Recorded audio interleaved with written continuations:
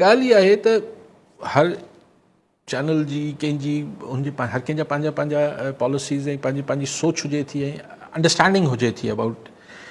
पर मूंखे हिकिड़ी मिसाल ॾियो त हीउ केनाल्स वारो इशू हो, मिसाल ताज़ो ही जिन्हनि जंहिं मीडिया जी तरफ़ तव्हां अॼु इशारो कयो पिया उन्हनि त शुरू में हिनखे बल्कि काफ़ी अरसे ताईं इग्नोर कयो, ब्लैकआउट रखियो, पोइ को फ़र्क़ु पियो छा? को फ़र्क़ु न पियो न। सिंध जे माण्हुनि खे ई उहो केस विढ़णो, पोइ सिंधी मीडिया हुजे, सिंधी जा माण्हू हुजनि, हुननि उहो केस विढ़ियो ऐं मतिलबु हासिलात बि हासिलु कई, छाकाणि त माण्हुनि हुन में पार्टिसिपेट कयो। अकेलो मीडिया कुझु नथो करे सघे। इहा ख़ुशफ़हमी मूंखे त कॾहिं कोन्हे रही आहे, ऐं पाण मीडिया जो आहियां, पर मूंखे ख़ुशफ़हमी नथी रहे।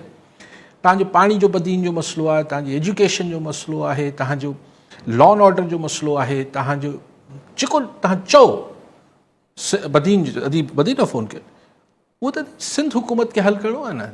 त छा तव्हांजे सेक्रेटरी एजुकेशन खे, तव्हांजे हेल्थ मिनिस्टर खे, तव्हांजे उन्हनि खे सिंधी नथी अचे छा? अगरि सिंधी मीडिया टाइम ते मिसाल हिकिड़ी शइ हले पई, अगरि IG सिंध बि सिंधी आहे न, चीफ सेक्रेटरी बि सिंधी आहे, सिंधी त ईंदी आहे। इवन असांजा जेके उर्दू स्पीकिंग ब्यूरोक्रेट्स आहिनि उन्हनि मां बि घणनि खे सिंधी ईंदी आहे।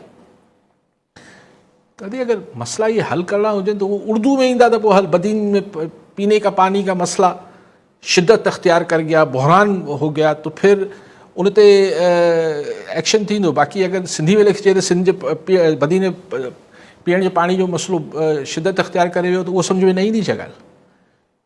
सो मतिलबु आउं सिर्फ़ु जेको तव्हां आर्ग्यूमेंट ॾियो पिया, ऐं चवां थो उहो त सिंध सां 95% मसइला तव्हांजा जेके डेली तव्हां भोॻियो था उहो सिंध सरकार सां जुड़ियल आहिनि, ऐं सिंध सरकार खे सिंधी ईंदी आहे।